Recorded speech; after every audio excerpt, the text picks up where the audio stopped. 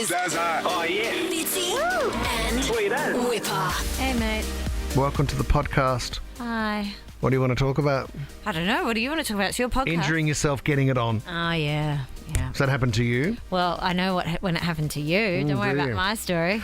No, How's your fingers? Mine's fine. I'm confused by your reference. I am too. But I'm also...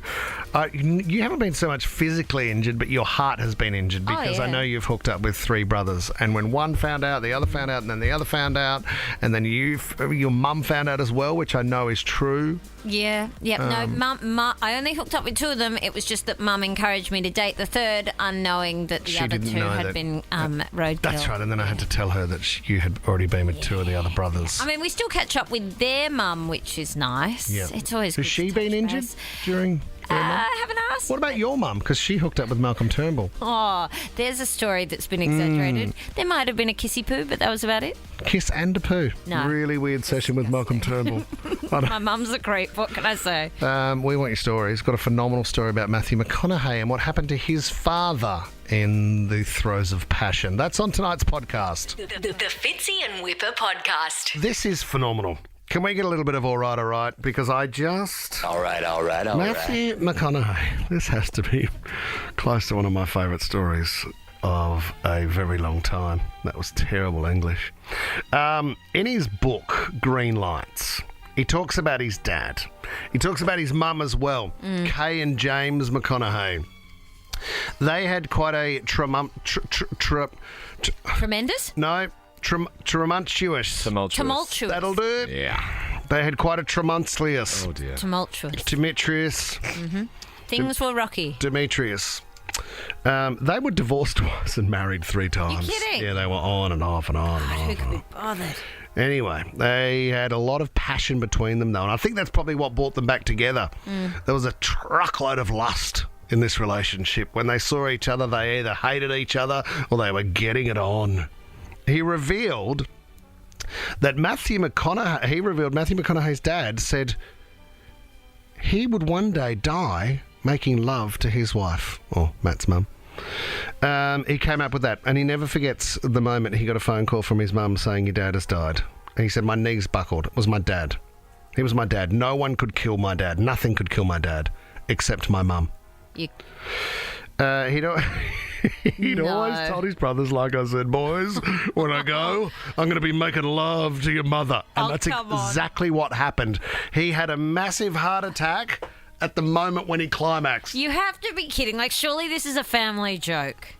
He died doing what he loved. As it turns out, though, there was part he left out of the book. Just the So book. he then goes on to say in this podcast that the ambulance arrived to pick up his dad. He'd passed away. And obviously the neighbours came out on the street because they saw the ambulance out the front and everyone was saying, "Oh my God, what's going on?" His mum ran out in the 90. She was just in her 90.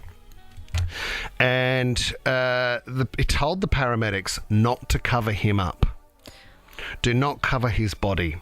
She continued to try and pull the sheets off his body as it was being carried into the ambulance, yelling out, "I want everyone to see why his nickname was Big Jim. Don't you cover him up."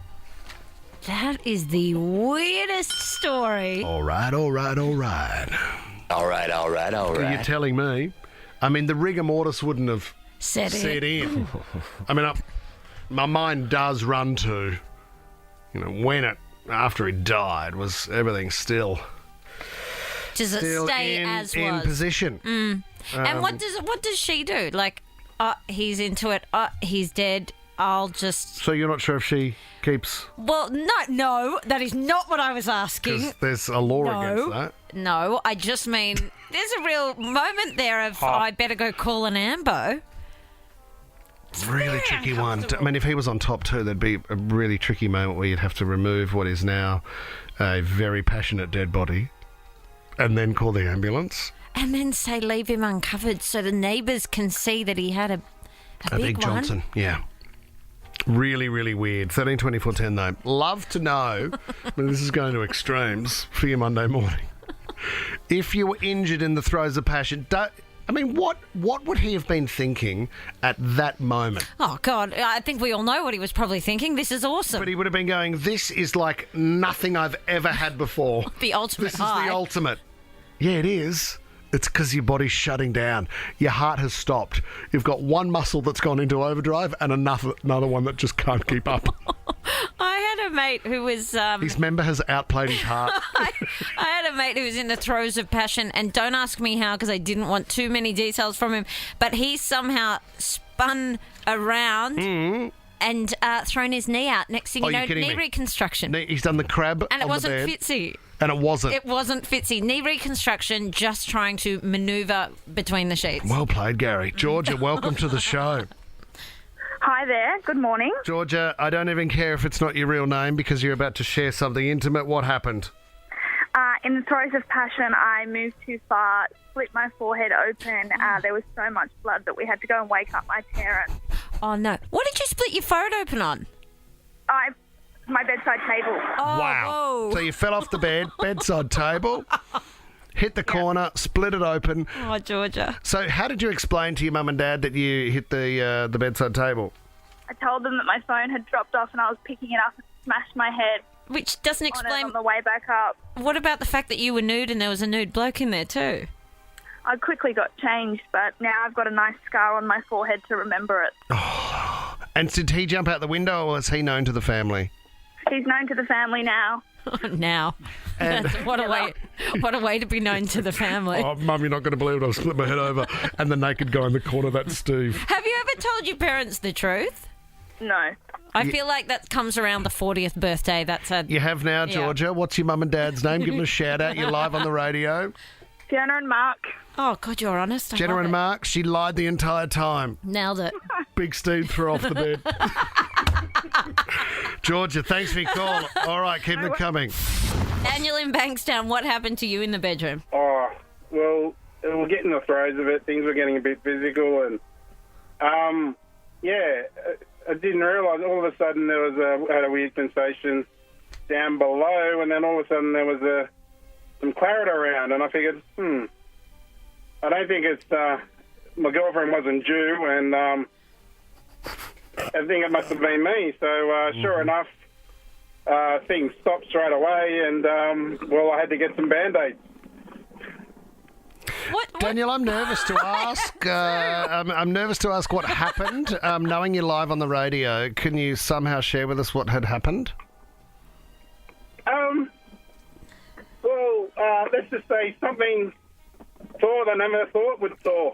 Yeah, so you can break it, can't you? So like a split, was it? Yeah, there was At the top. yeah, I guess I didn't realise that. I suppose, I thought it'd be more intact than that, but it wasn't anything too major, but it was enough to. Yeah, okay. Yeah. And Daniel, so you had to go for the hospital. It was one of those awkward nights in emergency where you had to turn up with yeah. just... Look, I know first aid, so I just Home hospital. wrapped what I could and and put some ice to stop the bleeding, and Awesome. I didn't do anything more than that. Yeah, what a night, you little treat. So just found yourself with a bag of peas on the end, just trying to maintain the blood flow. Daniel, was that the first time you had been with this woman, or were The you... jaws of life. Or were you... It was existing. Okay, that's good. A Okay. girlfriend that been for a while, and we just thought would spice it up a bit, and I think obviously. a Lesson little bit too learned. much spice. Lesson learned. Far too much spice, I'd say, Daniel. I hope you are still recovering, and I hope all your workmates can recognise your voice. Robert in Bankstown, welcome to the show, buddy. What was your story? I had my partner's stepfather passed away while getting intimate with his partner. You're kidding. So it does happen. Yes. How old was he, Robert? I think he was in his 40s. Oh, wow. man, Did he okay. have a heart condition or this was out of the blue? Heart condition, yes. Right. Wow. And did his partner know what had happened at the time, or...? No. That's, I mean, Okay. how much detail did they give you about how he'd passed away? Not very much detail. Yeah, I just don't know. Not that I wanted to know much detail. I mean, what did they say? He had a smile on his face. Well, that would have been nice. He would have. He had, okay, he had a Robert. smile on his face. He was swinging his arm in the air, yelling out, "Who's your daddy?" I guess I asked. I mean, Robert doesn't know the detail. He was high-fiving a mate at the time. It was a footy trip. Is it something that the family sort of not laugh about, because obviously he passed away, but at least is there a bit of a joke around it now as time has passed?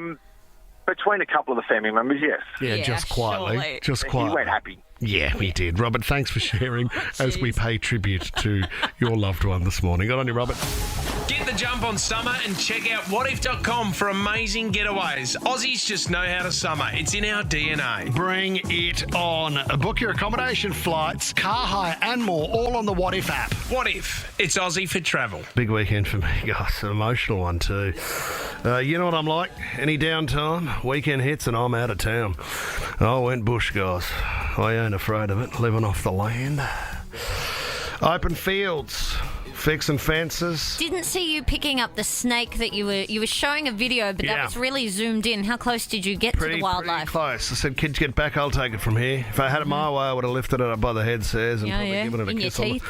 kiss on the lips. I would have eaten it raw. I'm that kind of guy. Do you remember Troy Dan? He was like the sex symbol outback guy, and he'd get to a waterfall, but he was like Steve Irwin without doing extreme animal gear, and he would wear normal. It's like Matty Wright, and then he would get to a waterfall, and the next thing you know, there's just a long shot of Troy Dan in a G-string.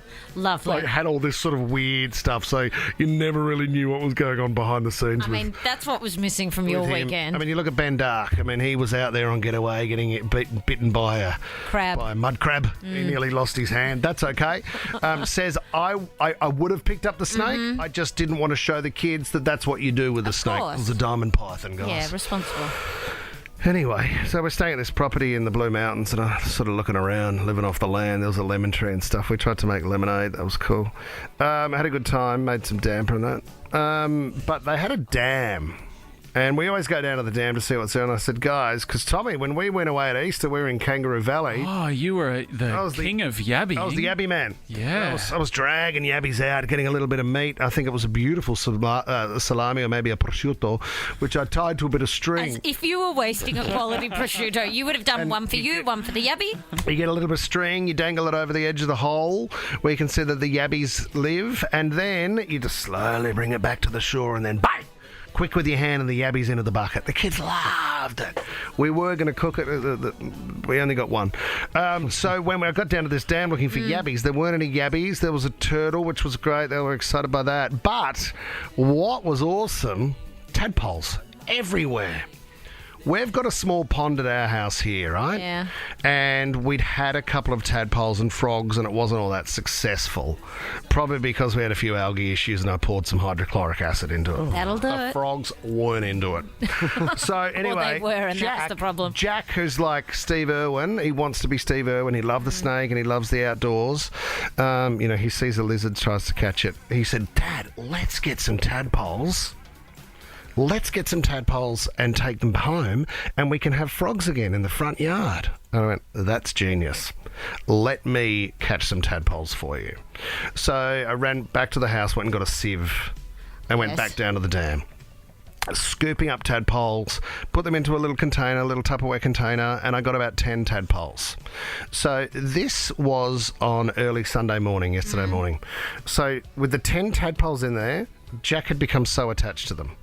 He'd named every tadpole. He knew them by the colour on their back. There was Steve, there was Wendy, there was Craig, Rhonda, all these What a tadpoles. name lineup. And I was like, I should have written down the exact names because they went on and on. There was Kai, there was Aw. Troy, there was Samantha. Troy the tadpole. Troy we'll the miss tadpole. him. So what happened was, he said, "This is so exciting, Dad. We got to put them straight into the front yard when we get home, and we can pop them into the pond." I went, "You bet, buddy. Frogs are back. I won't pour acid in, I promise." So where do you put your container on the way home in the car? Well, hang on. Do they have... They're in water? Yeah, they're in water. Right, okay. We're not just flapping around. They're in water in a small Tupperware container.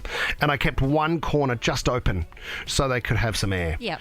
But all I had, I was thinking, you don't want... One thing I've always said is you don't want tadpoles spilling in your Range Rover. I've been very clear on that. Do tadpoles need air? Yeah. Of course they do. Mate, They're in the water. they're a living being. Even course they fish need air. fish need air, and they're in the water. If you cover a fish bowl, they'll die. So I decided to put it in the cooler bag because I had a cooler bag and I had some meat in there, some last night's Couple steak of VBs. and a bit of chicken. Yeah. And then there was some beers in there as well. By the time we got home, and we all know that there's a pothole issue in Sydney, Oh, no. bounced around a fair bit. I opened the cooler bag and then I realised the container had completely fallen over. Tadpoles were all through the stick of the chicken and the steak. So my first reaction was, oh, there goes dinner. You So still ate it. Uber Eats is on. Yep. And I've got dead tadpoles. So I said, Jack, you go inside for a minute, mate. I'll sort this out. So I had to break it to him at one stage. They were all dead. 10 dead tadpoles. And the steak was ruined. So then I said, why don't we put them into the water anyway after he watch them float. after he started to cry. Oh, And he was going, oh, poor Jack. he's going, Peter, Oh, Ty, Troy. Troy, Samantha. Right? Samantha. He's labelling all of them. I'm hearing this list of tadpoles going, they don't even know they're dead. They didn't know they were alive. They're tadpoles, they're not even frogs. Of course they knew they were when they got flipped out of a Tupperware container onto a bit of chicken breast. They went, oh my God, I'm dying on a bit of Wagyu. This is awesome. So then he said, no, let's not do that. I think it's appropriate. And by this time, it's 6 o'clock at night. We've come back. Oh, no one cares after 6. We're now having a funeral in the backyard. Oh, too much, Jack. Francesca's screaming, course. and I'm burying tadpoles. And around 6:30 as the sun's going down, as Jack slowly reads out the names of the tadpoles that had passed on this day. Tony, It's a roll call of a 90s kindergarten class. Troy, Ty, Samantha, Wayne. And then he was saying, what else do we say, Dad? And I was like, we will never forget you. Oh, but we will. And he's saying, we will never forget you. And we had to get like a paddle pop stick as the cross. And you were obliging, you ate the paddle pop? Oh my God, when the gardener arrives on Thursday, mate, And mows over it. mix that in pretty quick, I reckon. Rest in peace, tadpoles. The Fitzy and Wippa podcast. Just trying to get my head around what's going on in Nick Cannon's life. You will know Nick Cannon. He was the husband to the beautiful Mariah Carey. For a couple of years. Had 2 kids with Mariah Carey. Yeah, the twins, Munro and Moroccan. Munro and Moroccan Lamb. Well done, Nick Cannon. What I can confirm, and I want to say congratulations to Nick Cannon, which is quite an appropriate last name. He has now got his 12th baby on the way. Amazing, isn't 12th it? child on the way for Nick Cannon, several different women. And what is phenomenal about this, it's almost like a production line where he will have multiple different women pregnant at the same time. And they all know about it because he's so high profile in the States. Like, they get it. So you might be giving birth in 3 months, I'm giving birth in 6, Tommy's in 9, and these women are all fine with it. And as you say, he's got that many kids to, I think, 10 different women. Could you imagine, in 13, 24, 10, if you've got a large family? Like my sister went out with a guy, and he was the youngest of 12, which was fascinating because his oldest brother was older than my dad. That's a lot to Does get that your make head around. sense? Yeah, it does. He was the youngest of the 12, and he was in his 40s. So his older brother, like his dad was passed away, forget about that. His eldest brother, should I say, was older than Dad. Yeah, so ends up sort of having to be the father sibling, don't Yeah, they? completely. Love to know, get involved. Imagine this guy's diary, just having a look at it, going, oh, Tracy's due in March. I got Sarah due in April. Imagine his Christmas September. day. How are you I know. getting around to seeing all the kids? You don't. You just simply don't. Or on the 15th of every month when his paycheck comes in, watching that be distributed to that many different people. But then also, when he realises, okay, I've got one due in September again, let's have a look. Oh, none due till... Oh, got the year off. I better start breeding again. I know. I think it might be a fetish, don't you? Otherwise, why do you do it? He didn't do sex ed class, did he? I think he gets it I don't think now. Nick Cannon has ever gone into a chemist and said, I need something called protection. Jason Padstow. Good morning. Welcome to the show, buddy. How many siblings in your team? Or did your mum have? No, my mum, so she's one of 14. Oh, and what was the biggest challenge? I mean, is it getting in the car? Is it meal times? I think everything was a struggle for them back then because they're from Lebanon. And times were tough back then. But, there's 14. There's like 30 grandchildren. Oh, man. Jace, when you say times were tough, I wonder why they continued to breed then, knowing that you were trying to put a meal on the table. No TV, mate. Oh, Jace. Well, just get your timing right then. Couldn't be that simple. I mean, it can't be that simple. We have absolutely nothing else to do. What could we possibly play with next? Go kick oh, a my footy. God. I found something in my lap. Oh, stop. Thanks, Jace. Good on you, buddy. Iris and Rudy Hill, how many siblings do you have? I'm one of 12. One of 12. What's the age range, Iris? My eldest sister, she's in the 70s. Yep. And my youngest brother is about 55. Isn't that amazing? Okay. Geez, that's some pretty intense breeding, though, over a 20-year period. Iris, how did you find it? What was the thing you gave up, you reckon? We grew up with nothing. So now it didn't matter. It's different times. So 7 girls, 5 boys, one set of parents, which was very nice. Yeah. We often got told, you say, you're obviously Catholic. We go, yes. You had no TV? Or yes. I said, my mum and dad, they were just hornbags. Absolute hornbags, Iris. So how many kids would you have had sleeping in your room growing up? Well, we had like a sunroom, so it was divided by wardrobes, and we had double bunks. Right. This is like so Mum and Dad had their room, the eldest had hers, and then there were just double bunks everywhere. And did they make an effort? Did they decide to actually stop at 12, or that was just... Well, no, we had actually, Mum, I think, lost a couple on the way. Right. But, so there would have been more of us. But it was just different times. I wouldn't wish it upon anyone nowadays. It's too expensive. But it was great times growing up. And do you still keep in touch with all of them? Most of them, yes. I mean, Go on, you were going to say something, Iris. No, most of them, yes. Some of them you just, okay. Yeah. They fall off it, whatever. Because they're in silver water. Yeah, it's totally fine to cut them off when you got that many, I think, Iris. My Don't God. worry. Iris, thank you very much for the call. Let's get back onto this one, the big one last night if you're watching Channel 9 The Block. It was...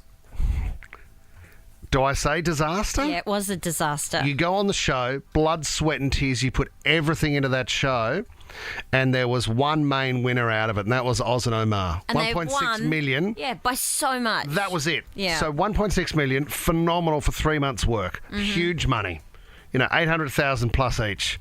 The rest of them, one couple got 20, 2 other properties were passed in, and majority of the contestants were standing there in tears. Yeah, tears or drunk. Did you notice by the end of it, a couple of them were really... Nothing and else even to do, Shelley says. said, you can rip in, and she said, too late. Take us... What, Shelley had ripped it as well? No, she told the Oh, my contestants, God. drown your sorrows. The Fitzy and Wippa podcast.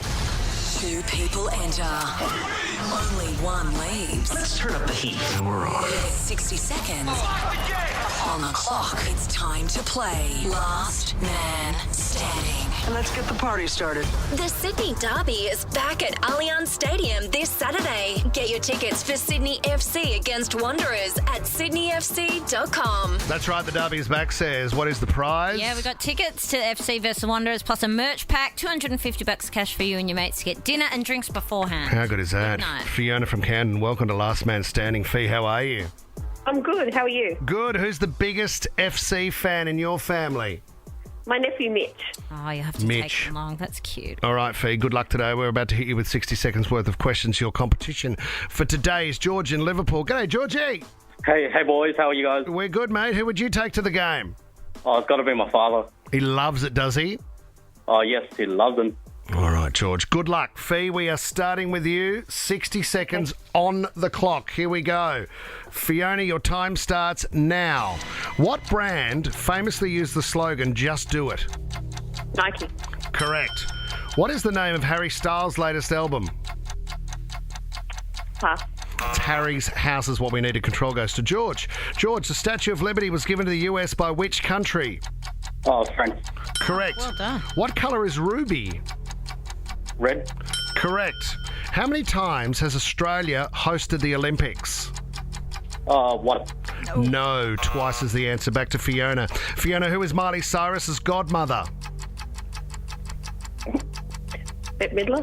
No, it's not Dolly Parton is what we needed. Control goes back to George. George, what travels faster, light or sound? Light. Correct. How many legs does a typical spider have? 8. Correct. Where is the Australian F1 Grand Prix held? F1, Melbourne. Yep, that'll do. What famous movie has the catchphrase, who you going to call doesn't matter, George? Congratulations. Well done, George. George, well done. Beautiful sportsmanship from Fiona. Outstanding work, George. You are today's winner. The prize again says... Absolutely. We got tickets to the Sydney Derby. It's back at Allianz Stadium this Saturday. Get your tickets for Sydney FC against the Wanderers at sydneyfc.com, plus $250 cash. Dinner and drinks beforehand. Enjoy. Well done. More tickets tomorrow, Tommy? Yeah, you bet all this week, guys. Good on you, George. Good start of the week, mate. Enjoy your Monday. The Fitzy and Wippa podcast. Lights, camera, clarity. Ooh, Sarah. The top trending stories in entertainment this morning. Very sad over the weekend. Aaron Carter obviously passing away. The tributes continuing for him. His brother Nick, who is famously one of the Backstreet Boys, he posted something online overnight. They had a complicated relationship, but he says despite this, his love never faded for his little brother. And he said addiction and mental illness are the real villains here. The sad part is for Nick Carter, his sister passed away from drug addiction many years ago. Are you kidding and me? now his brother, who, you know... He was a child star too, though, wasn't he? He was. So his first song was I Want Candy, which you heard just before. And he opened the tour for the Backstreet Boys back in 97. That's so right. I mean, he was only 34. He was very famous in the 90s. But then was he married? I think he probably was. He left behind an ex-fiancée. They'd split up recently, but they have a little baby. That is horrible. Prince. Yeah, really sad. Hilary Duff, who famously dated him back then because she was a child star as well, she put up a post as well saying, "Boy, did my teenage self love you deeply." He's clearly a much-loved person, but yeah, very sad. He drowned in the bathtub, but the autopsy report will reveal everything else, but they're saying no foul play. The housekeeper found him. Neighbours could hear her screaming. Oh, God, how confronting. Yeah, very right, sad. okay. Thoughts with them. Guys, Daniel Radcliffe, Harry Potter, he suffered the ultimate embarrassment appearing on the Drew Barrymore show. So Drew called him out, and this I don't know whether I would love this or not, but basically called him out for a childhood crush he had. Is it true that you had some posters of some girls on your wall growing up? Okay. Yes. This is the annoying thing when you've been doing, as you know, interviews since you were really young. Say stuff, and that comes back 10, 20 years later. Haunts you. So yes, I did have posters of both you and Cameron Diaz on. Wow. Where do you go from there? I mean... She would have been quite keen now. I mean, if she saw his performance with a white horse completely nude on stage... Equus, yeah. Equus, was it? I think that's it. Was that what it was called, Tommy? Yeah, well, then she probably was a little bit more interested in Daniel Radcliffe than she used to be. The thing is Drew Barrymore at her peak? You know, when you meet your childhood crush and she's awesome, so... But you know what? When you're a young boy, you put posters all over the walls and they were like pop icons that you also had a crush on. Tommy, who was on your wall, mate? One of the guys from Baywatch. David Chauvet. David Chauvet. And Dean Cain from Lois and Clark. What was amazing, though, because what a lot of kids did, you just had posters on the wall. Tommy had a picture of David Chauvet above his bed on the ceiling. Yes. So you could lie there under David Chauvet. It was like a thinspiration kind of thing because I wanted to look like him. Right. How's that coming along? So close to finish, mate. Yeah, David Duvet. Yeah, no good. The worst is when you meet... Remember when Jason Priestley came in? Yeah. And I had so many posters of him and Luke Perry on my wall.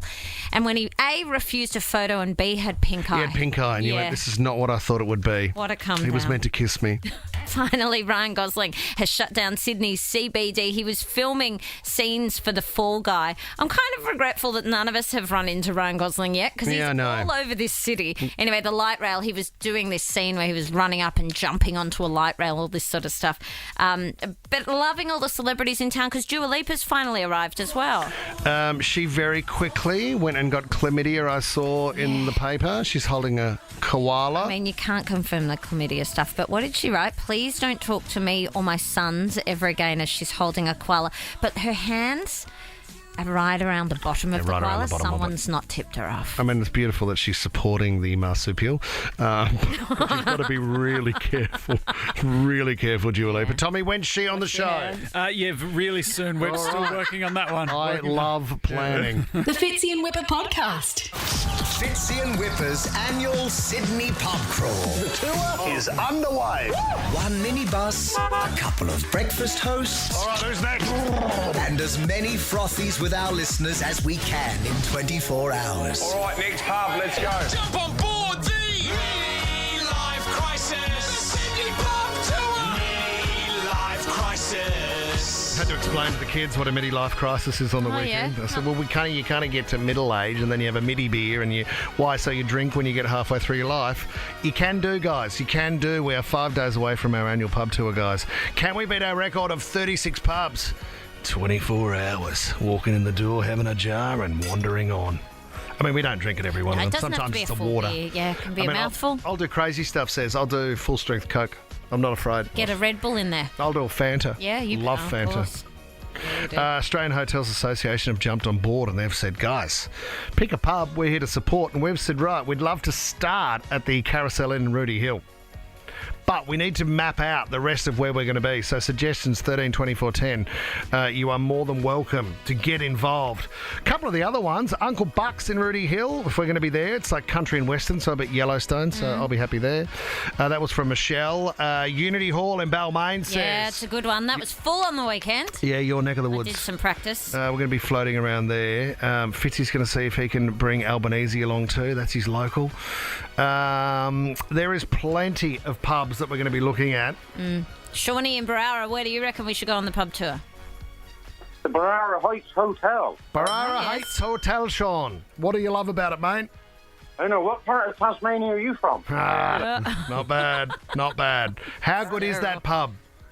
Mate, unbelievable. Mondays, Wednesdays, Thursdays, specials, and there's the food is unbelievable, mate. It's a good local tavern and very welcoming. Oh, nice. Well, that's Go the on, way to whip Shawnee. us hard is through the food. Mate. Alex in Austral, you've got a different offer for the team? Yeah, I've actually got a luxury limousine that I'd like to offer the guys for your trip out to Rooty Hill. The website dlimo.com.au is called Dash Out Limousines. The highest in luxury is how the van's been designed, and I'd love to take you to get the party started and fill the drinks bar with some beverages to keep you well hydrated to start the tour off. Alex, what sort of van is it, man? It's a high-end luxury limousine Mercedes Sprinter van. It's been decked out to look like a private jet on wheels. But if you get and visit the website and see photos, the photos will speak for themselves. But it's got a large bar, USB holders, inboard entertainment, onboard Wi-Fi. Wow. Okay, You name it, it's there. I certainly don't need time to think about it. It's a yes from me. You're through to the next round, Alex. That would be awesome, mate. Can we lock that in? I'm there. I'll see you guys early Friday morning. All coming together. Thank you so much, Alex. What's exciting too, sis? Have a look at this. Just been updated from the old workshop. We have got limited edition Fitzy and Wippa bottle openers to hand out on the trip. Fantastic. That and the medallions, isn't it? Yeah, we've got the medallions to say that you were part of the pub tour for 2022. We've got T-shirts on the go. Love it. And now bottle openers. I mean, how good is that? Timmy Blackwell has just sent a message. Carlisle Castle in Newtown. Okay. Make sure you get along to that. Put that one on the list, Tommy. Yeah, so many pubs to visit on Friday. The list is growing. The Fitzy and Wippa Show is a Nova podcast. For more great comedy shows like this, head to novapodcast.com.au.